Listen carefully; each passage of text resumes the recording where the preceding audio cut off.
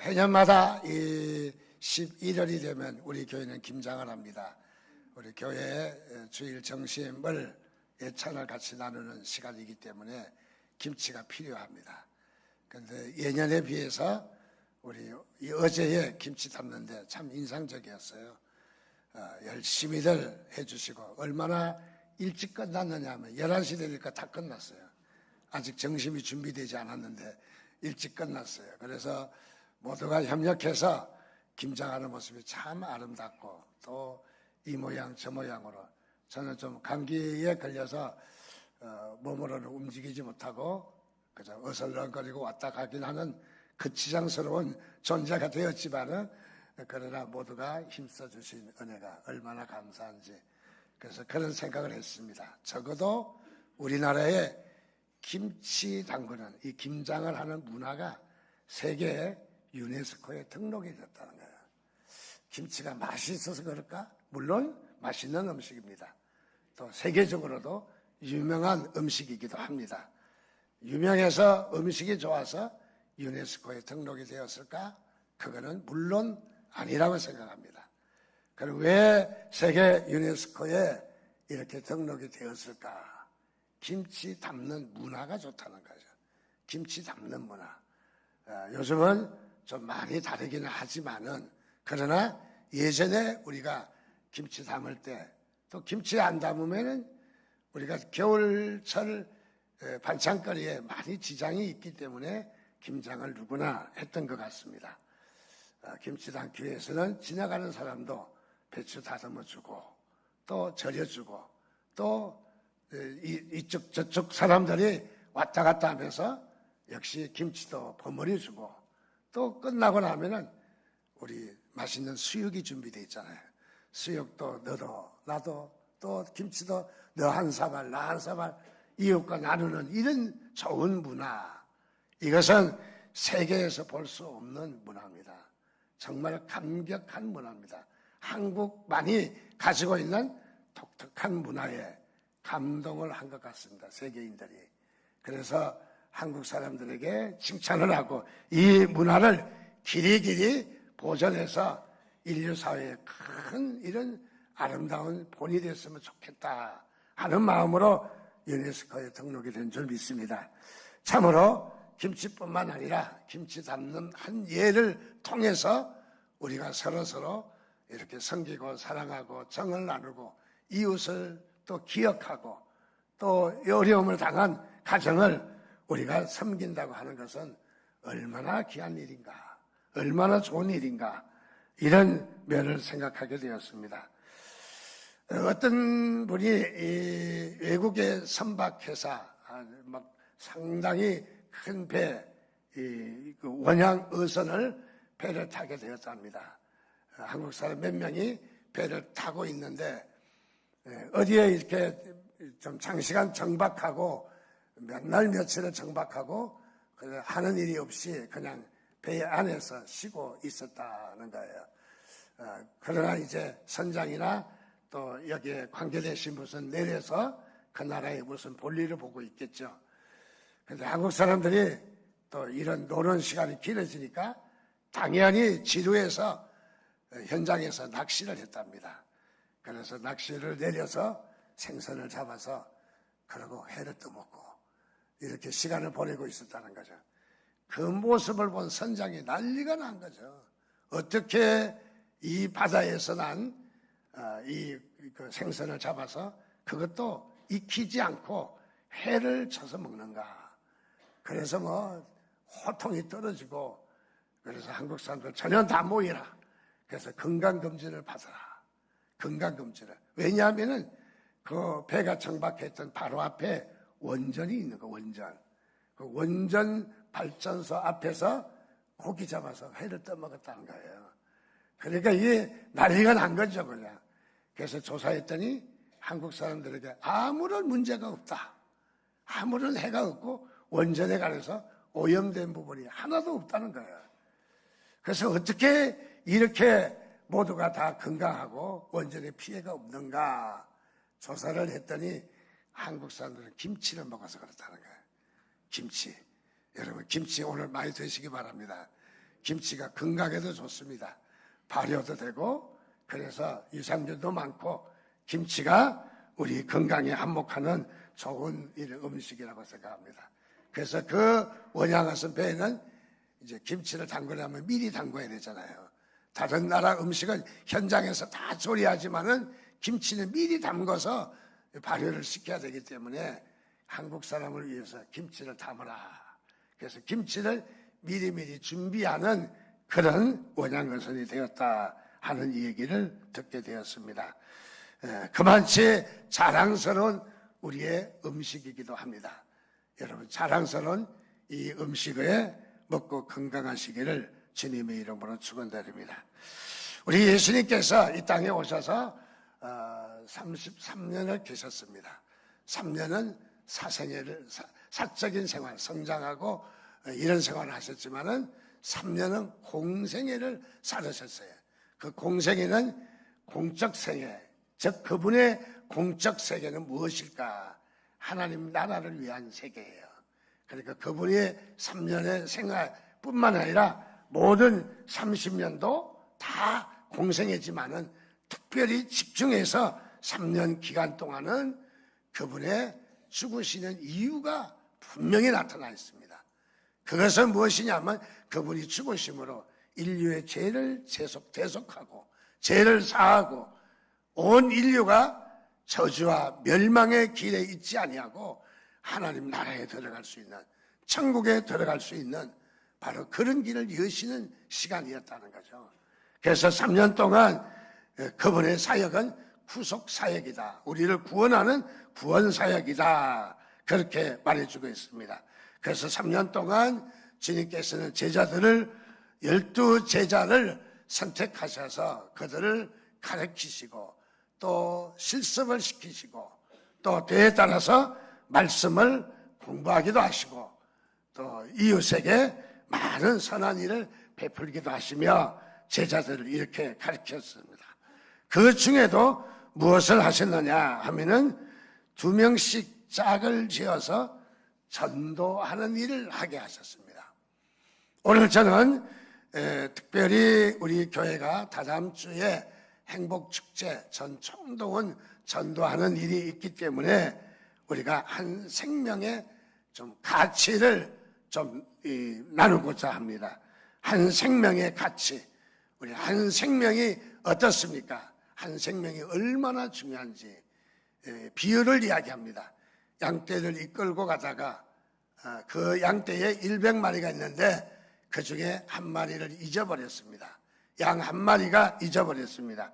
90마리를 두고 한 마리 양을 찾으러 몸소 나서셨다. 90마리는 쓸데없는 양인가? 그렇지 않죠. 90마리 양에게 다소 피해가 있겠지만은 그러나 한 마리 양이 길을 잃고 지금 얼마나 어렵게 낭떠러지에서 아니면 맹수와 싸우면서 살려고 몸부림치고 또는 맹수에게 갈기갈기 찢겨서 먹잇감이 되어 있지 않는가. 별별 생각이 다 들잖아요. 어쨌든 99마리는 그래도 안전하게 있는 편이니까 한 마리 양이 이런 수모를 겪고 있지 않을까 싶어서 바로 한 마리 양을 찾으러 나서신다 그랬습니다. 이것은 주님의 마음이 어떤 마음인가를 말해주고 계십니다. 여러분, 하나님께서 여러분들을 당신의 자녀로 부르시고 교회에 나오시게 하기까지는 하나님의 이런 애절한 마음을 가지고 우리를 부르신 것을 믿으시기 바랍니다. 그것도 한 번이 아니라 여러 번 지나가다가 십자가를 보며 교회를 보며 또 이렇게 친구 따라서 또는 돌아가서 이런 행복축제 기간에 억지로 끌려왔을지라도 그것이 무엇일까?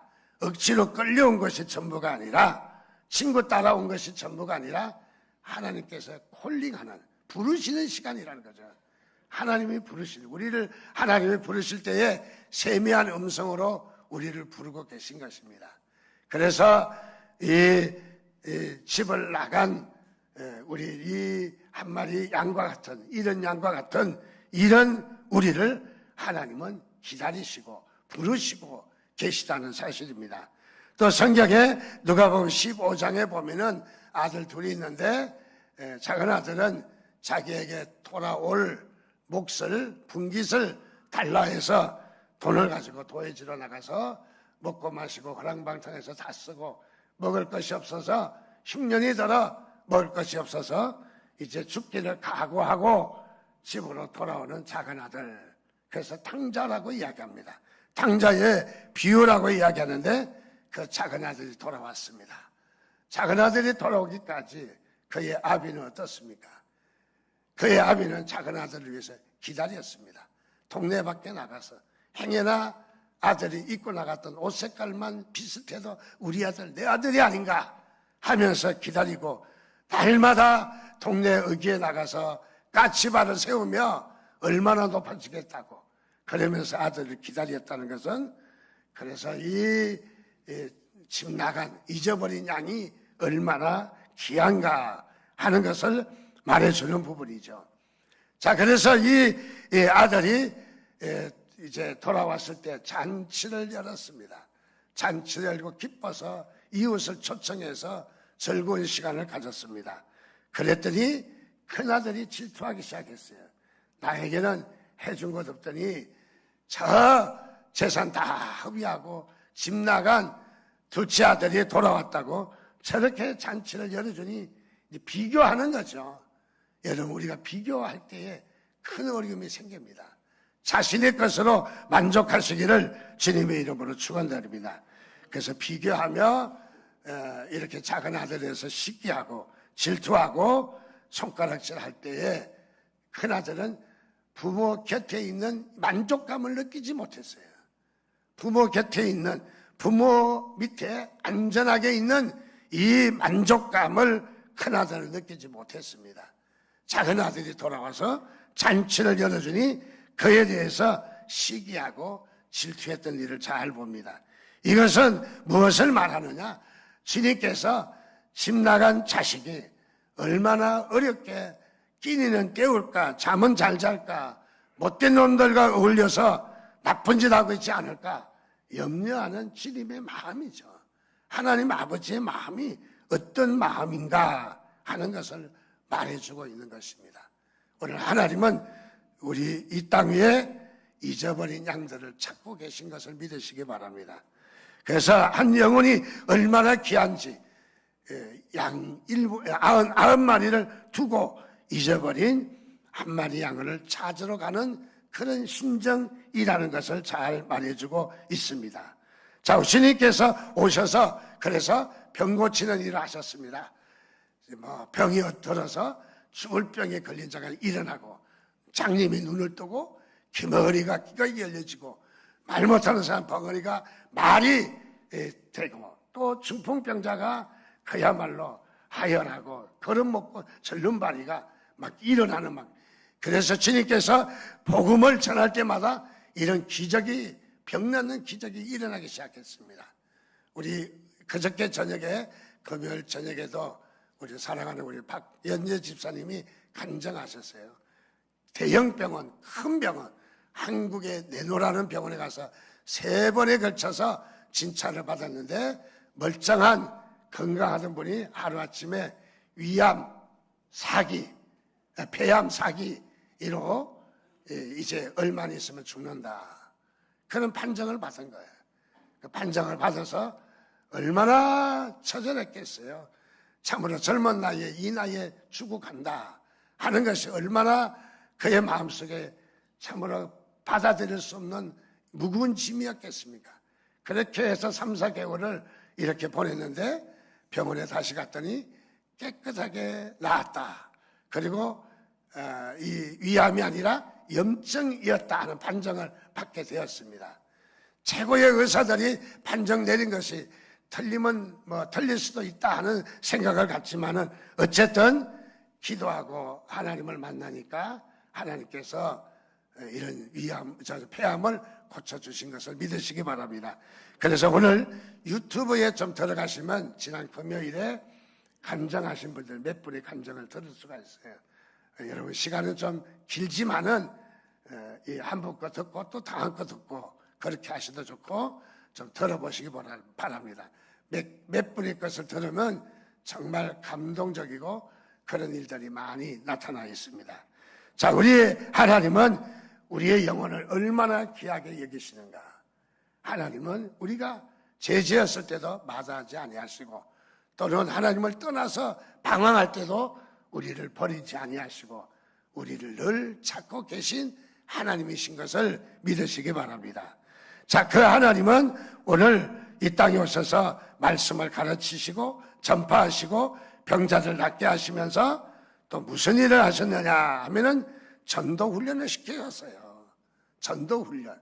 2명씩 짝을 지어서 전도를 나가는 거예요. 자, 전도 훈련 시킨 이유가 다 있습니다. 이 전도 훈련은 우리가 사람들을 교회로 많이 끌고 오라, 그런 목적이 아닙니다. 전도 훈련은 나에 대한 신앙의 훈련이에요. 나의 영성 훈련이에요. 다른 종교는 수도를 하고 또는 어떤 고행을 하고 어떤 선을 베풀고 하는 것이 우리의 영적인 훈련이다 생각하지만은, 우리 기독교는 영적인 훈련이 어디에 있느냐? 복음을 전하는, 전도할 때 있다는 거죠. 전도할 때. 그래서 2명씩 짝을 지어서 전도를 내보냈습니다. 2명씩 짝을 지었다는 것은 전도할 때는 같이 동조하는 한 편이 되어야 된다는 거죠. 즉 다시 말하면 우리 성도가 전도할 때 가장 소중한 것은 우리 내부에 우리의 관계가 중요하다는 거예요. 우리 내부에, 우리 교인들끼리 관계가 중요하다는 거예요. 시기하고 질투하고 삐죽빼죽하고 삐지고 싸우고 그러고 같이 전도하러 나가면 안 된다, 그런 말이에요. 전도는 무엇이냐? 먼저 우리 내적으로 서로가 화평하고 서로가 서로를 이해하고 서로가 하나가 되어야 된다는 거죠. 서로가 하나가 되어야 된다. 그래서 우리에게 영적인 훈련이 가장 중요한 것은 성도를 사랑하고 하나가 되는 일이 얼마나 중요한지를 잘 말해주고 있습니다. 그래서 우리는 어떤 무엇보다도, 청금을 드리는 것보다도 우리와 같이 우리가 한다는 것이 얼마나 우리에게 큰 축복인가 우리에게 보여주는 것입니다. 두 번째로 우리가 2명을 같이 짝을 지어서 내보냈다 하는 것은, 이것은 무엇을 이야기합니까? 둘이 하나로 묶어져야 된다. 즉 다시 말하면 영적인 전쟁이라는 거예요. 전도하는 것은 쉬운 일이 아니라는 거예요. 전도하는 것은 또 어려운 일이 아니라는 거죠. 영적으로 하면은 자동적으로 된다는 거죠. 또 너무 쉬운 일이 아니라는 것과 어려운 일이 아니라는 두 가지가 공존하고 있기도 합니다. 특별히 이스라엘 백성들이 아말렉 군대와 싸움을 하게 되었습니다. 여호수아 장군은 현장에 나가서 싸움을 하게 되었고, 그리고 모세는 아론과 홀을 데리고 산 꼭대기에 올라가서 손을 들어 기도를 했습니다. 손을 들어 기도할 때에 손을 들리면은 이스라엘이 이기고, 모세의 손이 피곤해서 내려오면은 아말렉 군대가 전 상황이 이겨나가는 그런 모습이었어요. 모세의 손을 내려올 수가 없는 거예요. 내려올 수가 없는 거예요. 오늘 우리 목사를 통해서 축도받는 것도 아무것도 아닌 것 같지만은, 이 축도에는 또 놀라운 하나님의 그 축복하심이 있는 줄 믿습니다. 바로. 그래서 여기에 같이 협력해서 전쟁을 해야 된다. 영적 전쟁도 마찬가지다. 우리가 살아가면서 귀신의 역사도 있고, 살아가면서 우리가 방해 요소도 있고, 때에 따라서는 사람 간에도 방해꾼이 있을 수가 있습니다. 하나님의 도우심이 있기를 주님의 이름으로 축원드립니다. 자, 그러기 위해서는 서로 협력해야 된다 하는 것을 말해주고 있습니다. 자, 그래서 우리는 모두가 서로 협력하는 한 용사이다. 즉 우리는 전우인 것을 믿으시기 바랍니다. 한 전쟁터에서 서로의 전우로서 서로 목숨을 지켜주고 또 방어해주고 또 우리가 전쟁할 수 있도록 적군을 향해서 공격할 수 있도록 의무를 하고 뭐 이런 일들을 하는 전우라는 거죠. 전쟁에서 전우가 죽으면 이 피가 하늘로 솟아올라서 자기가 가지고 있던 무기로 방아쇠를 당기지 아니할 수 없다는 거예요. 그래서 전우가 죽어나가는 모습을 보고 그야말로 그 총알이 빗발치는 거기를 뚫고 들어가 이 적들을 공격을 하는 그런 모습이 있다라는 것입니다. 자, 우리는 전우인 것을 믿으시기 바랍니다. 함께 살고 함께 죽는 전우인 것을 믿으시기 바랍니다. 한번 옆 사람에게 인사하겠습니다. 우리는 전우입니다. 예, 이 전우라는 말이 우리 여성분들은 별로 이렇게 감각이 좀 강하지 않을 것 같아요. 남자들은 강합니다. 왜? 군대 갔다 와서. 남자들은 앉으면 군대 얘기 한다고 하는데 일리가 있습니다. 고생하다 나왔기 때문에. 자, 그래서 우리가 서로 전우애가 있기를 주님의 이름으로 축원드립니다. 자, 그래서 우리 초대교회 때 우리나라도 재미있는 전도 이야기가 있는데 좀 이야기를 좀 들려드리겠습니다. 노방전도는 길거리 전도고 축포전도는 가정가정마다 방문하는 전도입니다. 특별히 우리 한국 교회에 재미있는 이야기가 있는데 우리 지금 우크라이나, 러시아와 전쟁하고 있죠. 그 전쟁하고 있는 그 바닥에 선교사 한 분이 계십니다.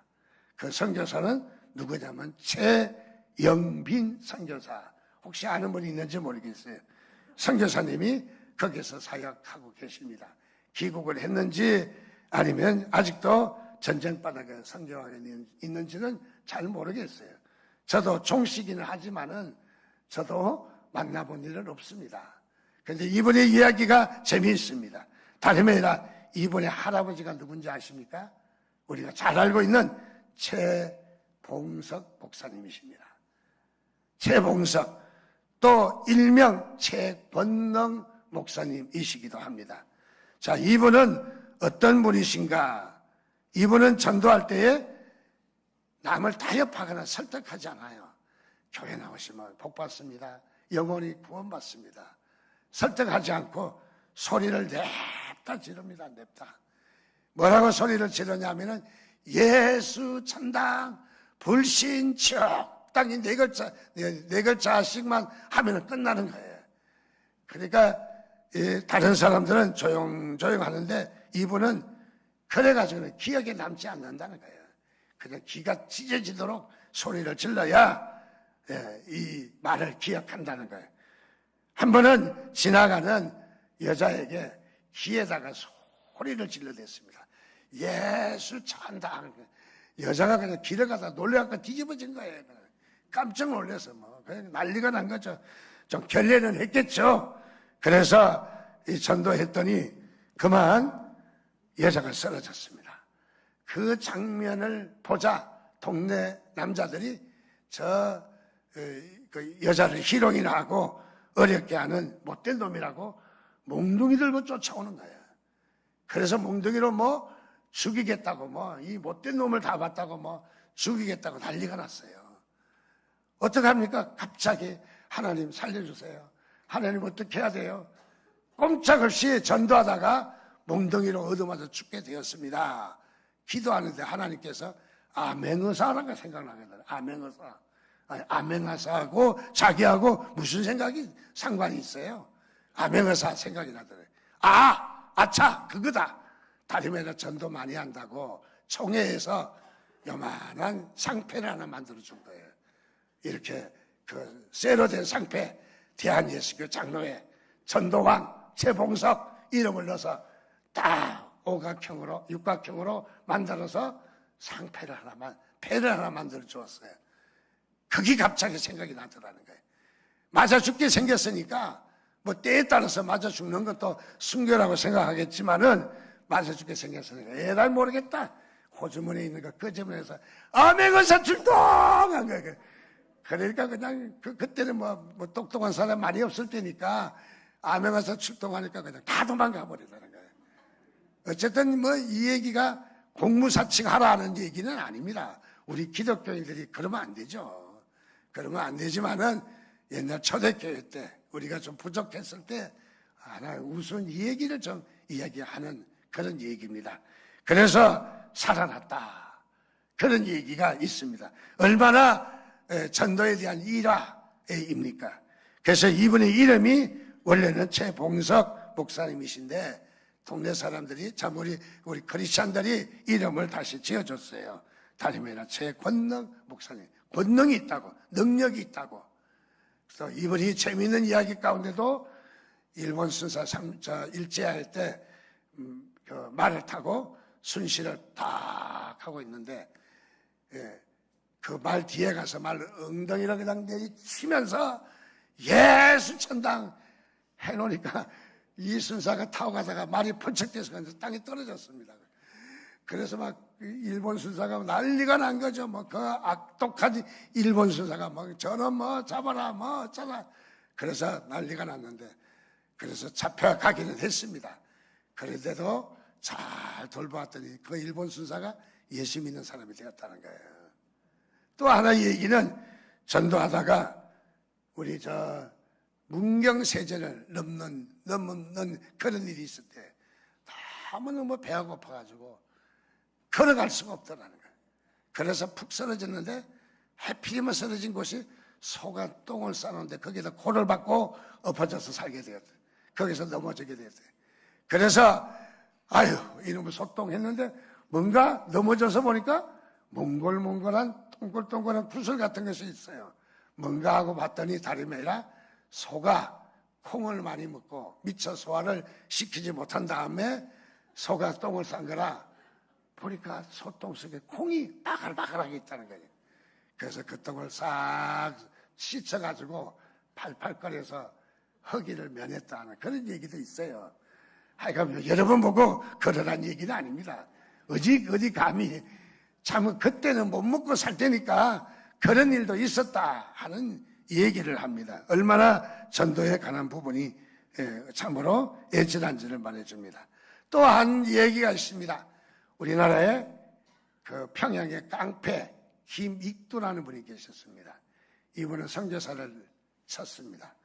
어떤 선교사를? 마패 선교사라고 하는 선교사를 내리쳐서 눈탱이가 방탱이가 되도록 그야말로 내리쳤습니다. 깡패니까 뭐. 근데 이 선교사는 그 얻어맞고 얼마나 아파요. 우리 같으면은 어떤 놈이 그러냐고 난리가 났을 텐데 선교사는 축복을 했어요. 하나님의 축복이 당신에게 있기를, 주님의 축복이 있기를. 얻어맞고 아파서 부어 있는데도 불구하고 그 김익두 깡패를 축복을 했어요. 그랬더니 이 깡패가 나중에 돌아오게 되었어요. 그리고 이 잡혀가서 이 깡패가 어려움을 당하게 될 텐데 선교사가 어떤 처벌을 하지 말라고 그렇게 했습니다. 그랬더니 나중에 되니까 김익두라는 분이 예수를 믿게 되었습니다. 예수를 믿게 되자 깡패가 예수 믿으니까 역시 부흥회를 잘했던가 봐요. 그래서 우리나라 부흥사 중에 참 놀라운 부흥사 중에 한 분이 김익두 목사님이십니다. 김익두 부흥사. 그런데 한국 교회사에서 여기까지만 이야기를 하고 끝입니다. 왜냐하면은 우리 한국 정부가 수립할 때에 어떤 일이 있었냐면은 남북한이, 북한은 김일성, 남한은 이승만. 그렇게 되면서 북한에는 김일성이 공산주의 사상을 내걸고 남한 쪽에 박헌영이를 두어서 공산주의 선전이 있는데 그때 우리나라 남쪽에 우리 백성들이 80%가 북한 공산당을 선택했어요. 북한 공산당을 선택했어요. 놀라지 않습니까? 정말 큰일 날 뻔했습니다. 그런데도 하나님이 축복하셔서 우리를 자유민주주의 국가로 이렇게 살게 하신 것은 하나님의 큰 축복인 줄 믿습니다. 그런데 이 김익두 목사님이 그 북한이 건설할 때에 김일성의 외삼촌이 강양욱 목사를 중심으로 해서 목사들이 공산주의를 선택하고 북한으로 갔습니다. 그 중에 하나가 김익두 목사가 바로 이 그 목사로서 북한 공산주의 같이 벌어 같이 먹고 같이 살자 얼마나 좋아요. 그런데 실제는 그렇지 않잖아요. 그렇게 해서 갔는데 그 뒤에 김익도 목사는 얼마 안 가서 처형을 당해서 죽었다는 얘기가 있습니다. 어쨌든 무엇이냐면 하나님께서 바로 이렇게 크게 축복하시고 또 역시 김익도 목사를 보면서 하나님의 인도함을 받는 것이 얼마나 중요한가 하는 것을 보게 됩니다. 실제로 우리나라의 이화여대 총장을 지닌 고 김한란 박사님은 정말 우리나라 명문대학의 총장입니다. 어떤 체면을 따지고 어떤 품위를 따지면은 이분만한 품위도 많지 않잖아요. 그런데 이분은 여름방학, 겨울방학 되면은 꼭 학생들을 동원하고 교직원들을 동원해서 전도대를 만들어서 시골에 가서 또는 지방에 가서 전도를 꼭 했다는 거예요.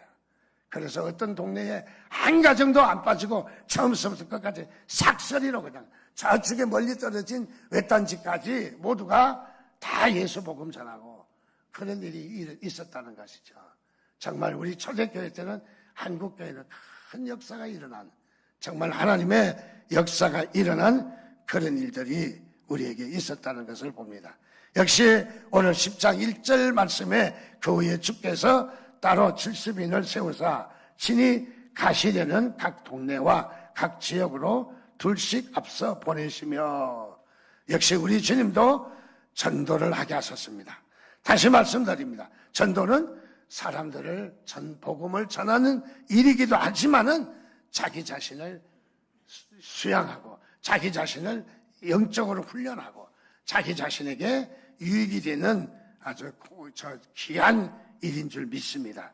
자, 그래서 이번 우리 행복축제에 11월 26일 날은 우리가 다시 한번 도전해 보시기 바랍니다. 이제 한 2주 남아있는 이 시간 후에 어쩌면은 시간이 길다면 길고 짧다면 짧습니다. 그러나 우리에게 충분히 도전할 수 있는 시간입니다. 특별히 성경 말씀에 보니까 로마서 1장 14절 보니까 헬라인이나 야만인이나 지혜 있는 자나 어리석은 자에게 내가 다 빚진 자라 라고 고백을 합니다. 사도 바울이 헬라인은 이방인입니다. 야만인은 아주 그야말로 야만인입니다. 어제 이방인, 야만인 쓸모 있는 사람 없습니다. 이렇게 참으로 천한 사람이나 또 지혜 있는 자나 어리석은 자나 모든 사람을 가리지 않았다는 거예요. 우리 교회는 사람을 가리지 않습니다. 어떤 이단들은 연세 드신 분이 이제 생산 능력도 없고 돈 가질 능력도 없으니까 받지 않는다고 합니다. 우리는 생명이 중요합니다. 한 분의 생명이 중요합니다. 여러분, 생명을 구원하는 일이기 때문에 사도 바울은 뭐라고 했습니까? 이방인이라도 좋다. 야만인이라도 좋다. 거린이라도 좋다. 노숙인이라도 좋다. 지혜 있는 지식인도 좋다. 어리석은 사람도 좋다. 다 그들의 생명을 귀히 여겼다는 거예요. 생명을 귀히 여겼다. 그리고 자신이 뭐라고 이야기냐면 내가 그분에게 다 빚진 자다. 채무자의 자리에 서 있는 것이죠. 빚진 자는 무엇입니까? 요즘 못된 사람들 가운데 빚이 있어도 자기 잘 먹고 자기 호화호식하는 이런 사람이 있어서 되겠습니까? 빚이 있다면 빚부터 갚아야죠. 빚부터. 전력을 다해서 남의 돈이 소중하니까 갚아야 되지 않겠습니까?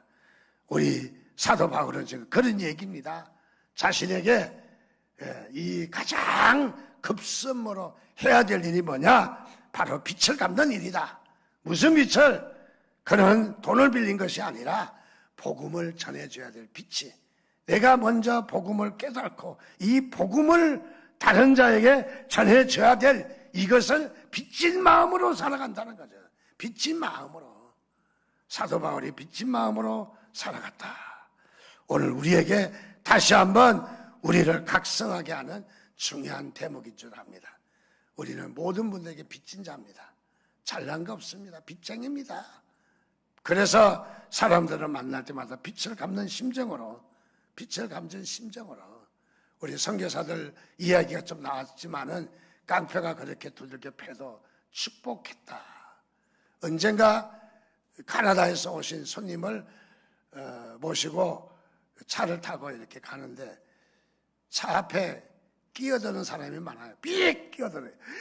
정신없이 브레이크를 잡고 아이고 그냥 저 새끼 제가 그냥 하고 싶은 마음이 그런데 이 카나다에 오신 분은 뭐라고 말하냐면 축복하세요. 축복. God blessing. God blessing. 아니 지금 열받아 죽겠는데 무슨 축복을 해? 그런데 저 사람들이 끼어드는 것은 너에게 영적인 삶을 나에게도 나누어 달라 하는 몸부림이라는 거야. 우리 그리스도인들은 이 세상에 정말 흉악한 사고가 터지고 사람이 뭐 죽어가는 일이 터지고 이럴 때마다 아유 그 나쁜 놈의 새끼들 멋짜고 욕할 것이 아니라 축복해야 됩니다. 우리는 복음을 전해줘야 합니다. 그들에게 축복할 때 주님의 축복이 저들에게도 있기를 바란다고 그렇게 할 때 하나님께서 길을 열어주실 줄 믿습니다. 자 오늘 그러므로 오늘 우리는 주님 앞에 우리 한 생명이 한 영혼이 얼마나 귀한지를 우리는 다시 한번 기억하며 우리에게도 바로 복음을 전하는 기회가 되시기를 주님의 이름으로 축원드립니다. 우리 같이 한 목소리로 기도하겠습니다. 하나님 우리에게도 이 땅에 살아가는 우리의 마음과 태도가 빚진 자, 채무자의 마음을 갖게 해달라고 그리고 아직도 믿지 않는 많은 사람들에게 내가 잘난 것이 아니라 내가 자랑거리가 있다면 예수 자랑밖에 없다. 그래서 우리가 주님 앞에 다시 한번 우리 자신을 다짐하는 시간 갖도록 하겠습니다. 우리가 한 1, 2분 동안 기도하겠습니다. 기도합니다.